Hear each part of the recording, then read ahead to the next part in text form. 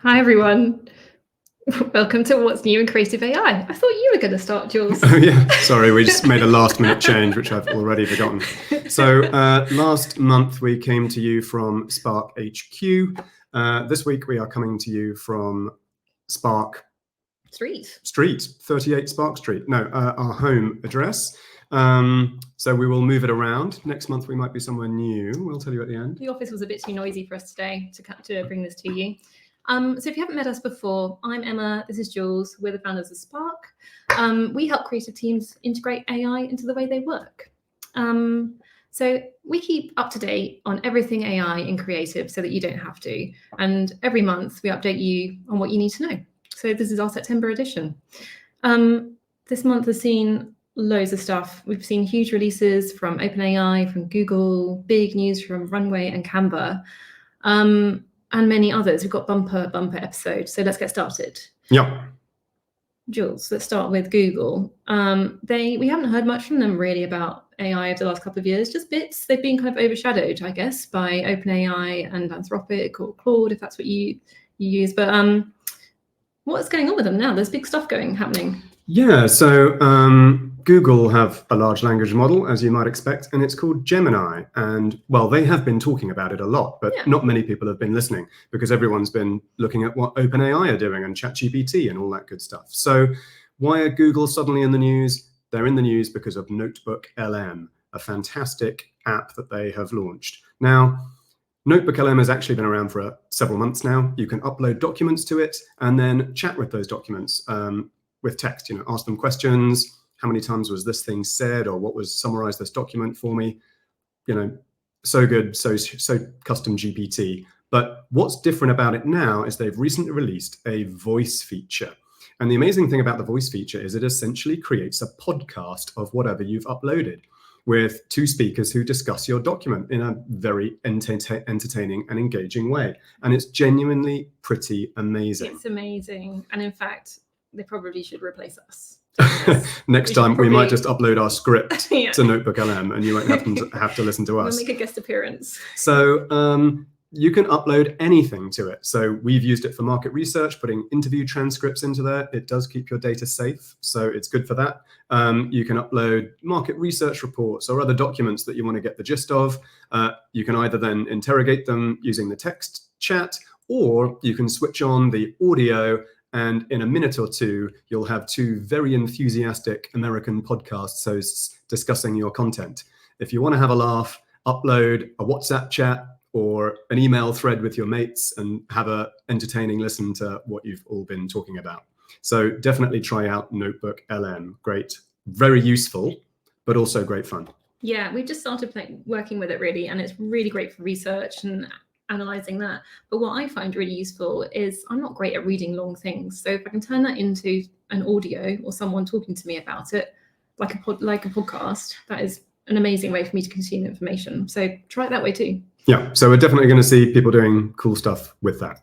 But there's also some other stuff from Google, I think. That's right. So Google also own YouTube, of course, everyone's favorite video site. And Google DeepMind, which is the AI division of Google that generate all these models, have a video model called Veo. Great name. So they are integrating that directly into YouTube. So you will be able to create YouTube shorts using Veo to generate the video. So to be a video content creator now, you no longer have to actually film anything. And not only that, they've integrated all their other AI tools with it as well. So you can use Gemini that's built in to help you come up with inspiration and ideas for your YouTube short. You can use Dream Track, their music generator, to create the music to go alongside your short. And flips to page 2 of his notes. It also automatically dubs into different languages and matches your expression and intonation with their speech model, which is probably the model that they're using in Notebook LM. So they're pulling it all together and putting it into YouTube. So we're going to see loads of people creating, hopefully, some pretty interesting things using all of that material in YouTube. And what's interesting about this from a big picture perspective is essentially Google are starting to allow people to create their own movies. And YouTube will slowly start morphing into Netflix. But rather than some big name film director, anybody is going to be able to create their film.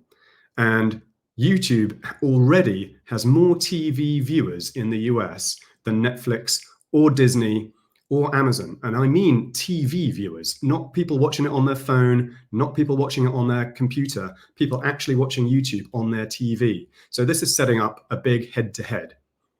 Yeah, the sort of evolution of YouTube's business model is so fascinating. Is it a coincidence then that there's been big announcements from Hollywood about AI in the last couple of weeks while all this is happening with Google/YouTube? Yeah, no coincidence at all. So some of you may have seen Hollywood studio Lionsgate, that are the people behind The Hunger Games and John Wick and various other big movie franchises, are teaming up with everyone's favorite video platform, Runway. And Runway are going to create a bespoke model for Lionsgate that is trained on all of Lionsgate's back catalog. And they are saying that they're going to use it for, let's see, they say they're going to use it for internal purposes like storyboarding, laying out of scenes and graphics to show how stories unfold, and eventually creating backgrounds and special effects like explosions for the big screen. So right now they say they're using it internally. It won't be used in actual cinema releases, but watch this space. Fascinating. And I heard that Stability AI are also getting in on Hollywood. And for those that don't know, Stability AI is an image generator, a bit like Midjourney, but the difference is you can train it on your own data, so or on your client's data. So super interesting for in-house use and for agency use. But yeah, so what are they doing with Hollywood? Well, some of you may be aware of Hollywood director James Cameron. And as someone who watched Terminator in the 80s, I will always love that man. So he also created Titanic, Avatar, and essentially is one of the most commercially successful Hollywood directors of all time. And he has just joined the board of Stability AI, the people who make Stable Diffusion Image Model that Emma just talked about. So Hollywood, image generation, movie generation, YouTube, it's all coming together. And who knows what'll be happening a year or two down the line. It's really interesting, isn't it? Because the actors and scriptwriters were all on strikes last year about these similar issues, but meanwhile the studios are running towards it. Anyway, talking of Runway and running, such a good joke. Yeah. There's been quite a big new product release for Runway as well, I think. That's right. So what's been going on with Runway? They have, you may remember last episode, we talked about the release of Runway Gen 3, which is their latest generation video model, text to video, and it was also doing image to video. They have just dropped video to video. Like literally 1 month later. Literally 1 month later. That's so fast. We always tell people, don't plan for what AI can do today, plan for what AI is going to be able to do tomorrow, because this stuff is moving so fast. And it is literally tomorrow, and it's like next year. Yeah, pretty much. So video to video, what is that? You can upload a video and then you can change the style of that video. And in case you're thinking about why you might want to do that, well, first of all, it allows you, for example, to change the season that something was shot in. So say you've just filmed your summer collection and now you want to show it in the autumn. Bang it into Runway video to video. Say you want to change the background of an existing film that you've done. It'll keep the characters the same, swap out the background. If you've motion captured somebody, even just on your phone, you film somebody against a white background walking, you can then drop them into video to video and ask them to be a walking snowman at Christmas time, and it'll do it. So it's essentially like having a Hollywood visual effects studio in your back pocket. So we'll put a link to some of the demos and some examples of that in the show notes. But like, what's the practical uses? Like, well, I just went through 4 of them. Okay. But yeah, people will find lots of cool ways to do this stuff. So it essentially allows you to create, highly visually effect type videos very quickly. Interior designers can use it. You film around a room and then ask it to change the style of that room and play the video back. And you can convince your client of why they should paint everything magnolia. Yeah, whatever. Yeah. So many. Okay, Great. So there's also a new platform that I hadn't heard much about before called LTX Studio. And I think it lets you script and create your film with consistent characters, because something that's been a bit of a bugbear has been that every time you create something, the person changes very slightly. We haven't had a chance to play with it yet, but what do you think? Yeah, I've had a look at the website. They've got some cool demo videos on there. They're essentially allowing you to generate text, do text to image, image to video, all on one platform, all with consistent characters. So again, we're seeing AI generated video assisting creators to get whatever's in their head out onto a video screen much more cheaply, much more quickly than we've ever seen before. And with platforms like YouTube giving free distribution of those things, you can start to see why movies and generated content suddenly start to be on a collision course. Talking of collision courses, so we've just talked about YouTube and Hollywood being on a collision course, but now we're also seeing lots of really interesting acquisitions by Canva and potentially laying down the gauntlet to Adobe. Do you want to tell us about that? Yeah, so Canva have been on a bit of an acquisition spree recently. They are trading at some ridiculous multiple, so they're splashing their cash. And they have bought Leonardo.ai, another Australian AI company. Canva's based in Australia, for those that don't know. And Leonardo are an AI image generator. It's powered off Stable Diffusion in the background, but they've put lots of custom modeling on top that has made it very useful for creating design assets, creating photography, creating all sorts of things that are useful. So we're going to start seeing that stuff integrated into Canva.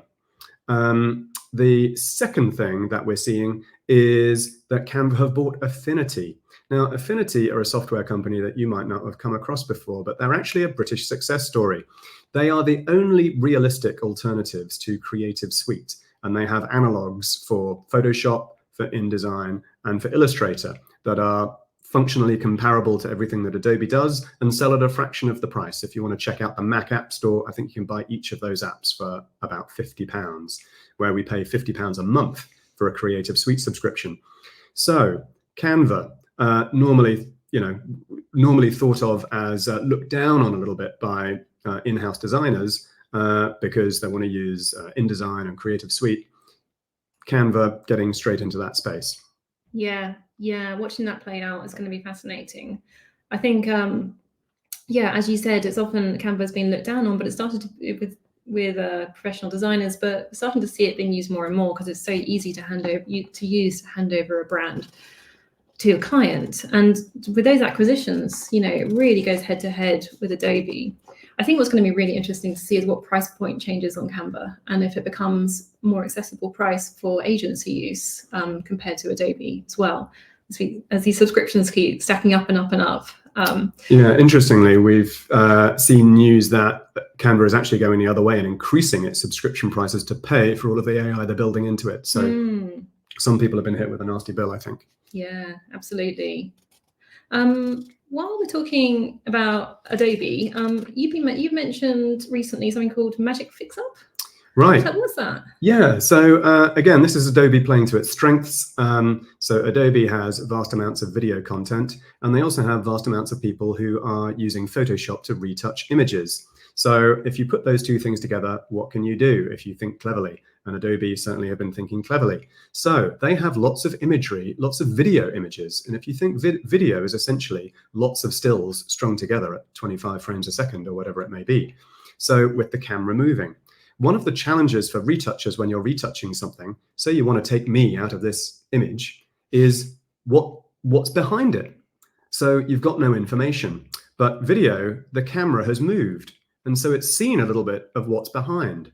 So what Adobe are doing is taking those video frames and using them to generate what must have been the background and using that as an art. So it'll find a similar video clip to the still you're retouching, find the background and put it back in. So it's allowing much more skilled, much more quick cutouts and retouches and that kind of thing. So it's pretty interesting. They've got a demo on the Firefly site. Go check it out. Yeah, is it live now or is it just demo form? Yep, no, it's actually out. It's actually rolling out. Wow, that sounds amazing. This is really weird because we hadn't actually talked about OpenAI yet, and it got halfway through. That is pretty unusual. Very unusual. And but there has been some breaking stuff. So let's jump into OpenAI. Yeah, so the big news with OpenAI is that yesterday, Mira Murati, who is their chief technology officer and was temporarily their chief executive while Sam Altman had been kicked out by the board last year, she has left as of yesterday to pursue some creative options.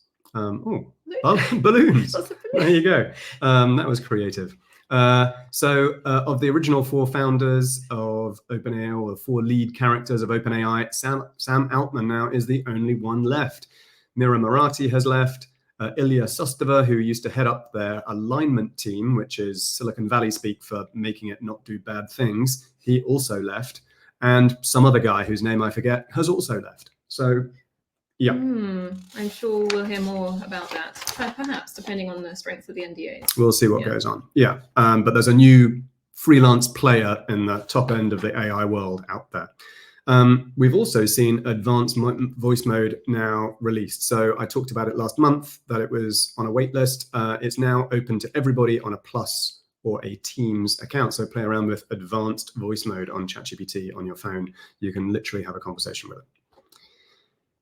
And finally, we haven't talked about Apple for a long time. And you may remember Johnny Ive, who is the legendary industrial designer behind the iMac and the iPhone. Now, he left Apple some time ago, not long after Steve Jobs died, and hasn't been terribly active, or at least not publicly. But he has now launched a new company called Love From, working with OpenAI to create a generative AI device.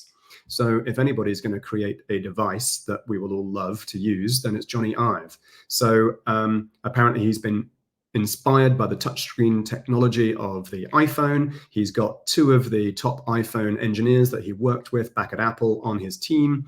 And who knows where that's going to go.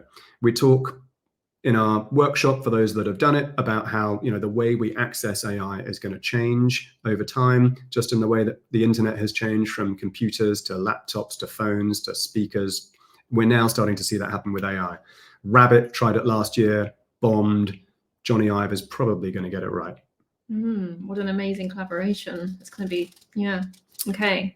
Could change the course of things. Yeah, totally. Yeah. It may be the consumer device that makes AI, makes AI a real breakthrough for the general public rather than us AI geeks. And last month, we also talked about Search GPT. So this is OpenAI's move into Perplexity's space and Google's space. So what's going on there? Well, the big news is people are starting to wonder, how do you, SEO and online advertising is a gazillion-dollar business, right? It's built Google up to be one of the most valuable companies in the world. So if people start using large language models for searching, like Perplexity instead, how's that going to work? How do you rank high in a search when somebody's doing it on Perplexity or on Search GPT? Well, those clever people, HubSpot, who power the marketing of lots of businesses around the world, have released HubSpot's AI Grader tool, where you can feed it your website. It will tell you what it will look like to a large language model, how indexable it's likely to be, and how you compare to some of your competitors. So go and check out the HubSpot AI Grader. It's a free tool. Go and have a look. AI search is still a tiny fraction of total search, but who knows where it's all going. I looked it up earlier. Google still have 91% share of the search volume, but tools like Perplexity are being used more, like their growth is exponential. So I think it's definitely a space to watch and one to really keep an eye on for future-proofing your business and looking at SEO more widely than we have been used to. Yeah, and in fact, for niche audiences, they are already down the rabbit hole. So The Intelligence is a brilliant newsletter that comes out of Silicon Valley that we read to keep abreast of the news.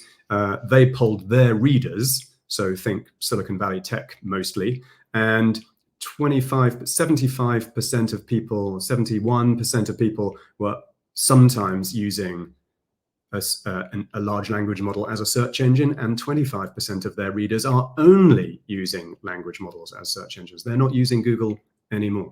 In fact, didn't we hear of one company that actually uses Perplexity as their default search engine, as in it's built into their Yeah, you're right. software. We were talking about that the other day. Yeah. Instead of habitually going to Google, you now habitually go to Perplexity. Yeah, that was live on air, folks. We didn't have that in our notes. Not in our script. Yeah, go.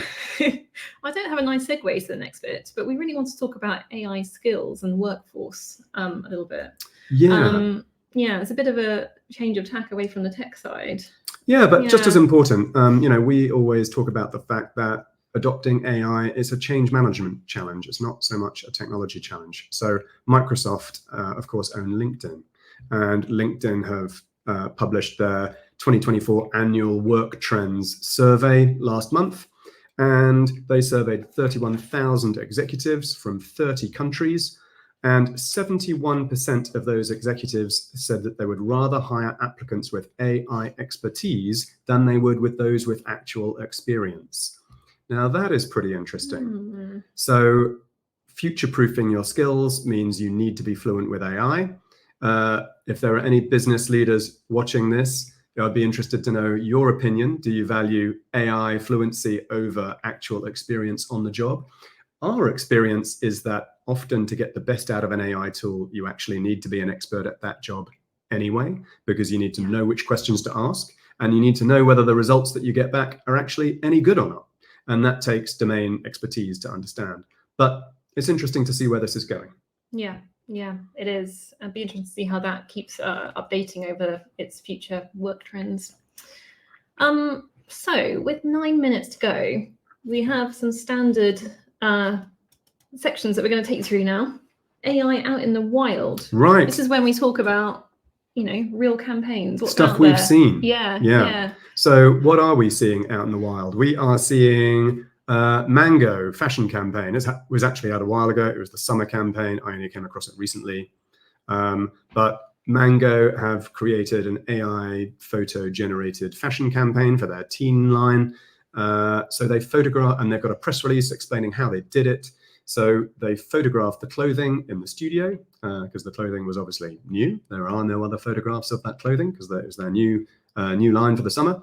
They then created character consistent models and backgrounds and blended the whole thing together in Photoshop. And I'm not a fashion, my background is in photography. I'm not a fashion photographer, but I would say they are pretty convincing and look like a very well executed fashion campaign like you might see from any other brand using a well-known, experienced fashion photographer. So pretty good to Mango. Are they going to use that for future collections going forwards? Let's see. I'm guessing their autumn collection is autumn-winter is dropping now. So I need to go back and check out their website and see if they're doing that again. But pretty interesting to see. And we'll put it in the show notes as well, so you can see the images. That's right. And then we're also seeing, interesting blends of real photography and AI generated imagery, especially in studio photography, for example. So if you've got AI generated backgrounds, but you photograph your product in real life in the studio, you can either bring those things together in Photoshop, or you can even project your AI image onto an 80-inch TV screen and shoot it all in camera and save yourself the retouch. So we're starting to see things like that where you're not having to do set builds anymore and therefore able to scale up your photo production, create many more assets for the same fees. So interesting how it's changing photography, very dear to my heart as a photographer. And finally, something that there's a lot of noise over in America with the upcoming election about deepfakes. Google are now going to label AI-generated images in their image search in Google. So Instagram are already doing that, and Google are now doing that as well. So is it important for people to know whether an image has been AI-generated? In a commercial setting, maybe it doesn't really matter, but certainly in a news and documentary setting, that is extremely important. So personally, I'm in favor of that move. Yeah, definitely. Right, so finally, we normally talk about how we've been using AI ourselves. So Emma, you have been up to your eyeballs in TLDV. What is that, and how are we using it? Yeah, so TLDV is an AI meeting assistant. You're probably using either them or one of their competitors yourselves, or if you're not, definitely give it a go. So over the summer, we have been conducting lots of interviews with with leaders from agencies and in-house, like creatives and marketing leaders. We've been doing that because we got a government grant to do a research and development project, which is brilliant. But so we did a research, and we did about 30 interviews. A few of us did conducted the interviews, and we needed a way of like bringing all the information together in a really efficient way, and so we could analyze it and work out what the trends were. So we used TLDB. It listened to them all, recorded them all, and it did two things that saved me like a huge amount of time.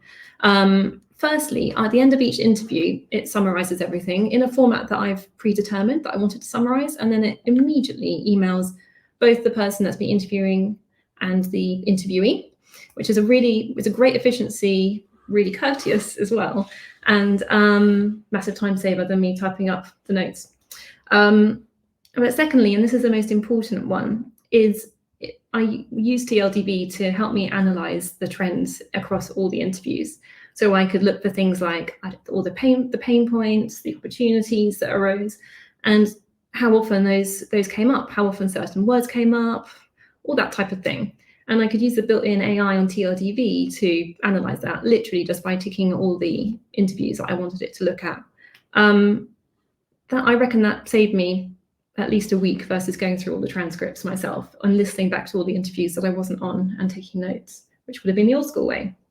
Amazing. So really amazing, really amazing. Big fans here, and we use TLDB for all our meetings, just to keep all our meeting notes. There are other note takers out there as Loads well, more. like Fireflies and Sybil are also popular and probably have quite similar functionality. So if you're not using one of these tools, they're hugely productive, massive time savers. Get on it. Yeah, really easy win. So finally, what have we got coming up? What have we got coming up? Well, for those of you that will be at the AOP Awards tonight. Hang on, if you don't know what that is, that's the Association of Photographers. Yeah, so I am one of the judges at this year's AOP Awards, which is the most prestigious photography awards in the country for advertising photography. Very flattered to be a judge. Going to be there tonight. Come along to Village Underground. But we've also got our own events coming up. So we have our regular Intro to AI 30-minute session on the 30th of October. For those of you, a long time away, but we actually did one yesterday. We run it every month. That's right. Yeah. So plenty of time to plan for that. For those of you that are just getting into this, I will be leading a workshop at Better Brands Exeter on the 7th of November, helping people get their heads around how they can use AI and how to implement it in their organizations. So if you're in the Southwest, come along to that. And finally, the next edition of this webinar, What's New in Creative AI October, will be on the 24th of October. We will let you know. And change of scenery, again, we will be coming to you from Sydney, Australia. That's right. So it's always wild here on the AI show. We will see you next time from Australia. Thanks so much for listening. Let us know if you've got any feedback. See you soon.